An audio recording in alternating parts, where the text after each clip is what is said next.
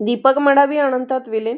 गडचिरोली जिल्ह्यातील सीमावर्ती भागामध्ये अबुझमाड परिसरामध्ये गडचिरोली पोलीस दल आणि माओवाद्यांमध्ये झालेल्या चकमकीमध्ये विशेष अभियान पथकातील जवान दीपक चिन्ना मडावी वय वर्ष 38 राहणार अहेरी हे गंभीर जखमी झाले होते.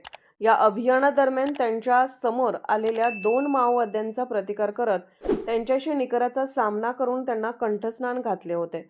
या चकमकीदरम्यान त्यांना माओवाद्यांची एक गोळी लागल्याने ते गंभीर जखमी झाले होते.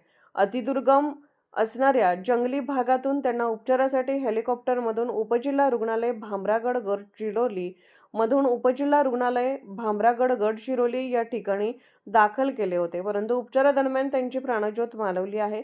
दीपक मडावी यांनी मुख्यालयाच्या ठिकाणी मानवंदना देऊन श्रद्धांजली अर्पण करण्यात आली आहे. अशा या वीर जवानाला महाराष्ट्र वेद न्यूजच्या वतीने सलाम.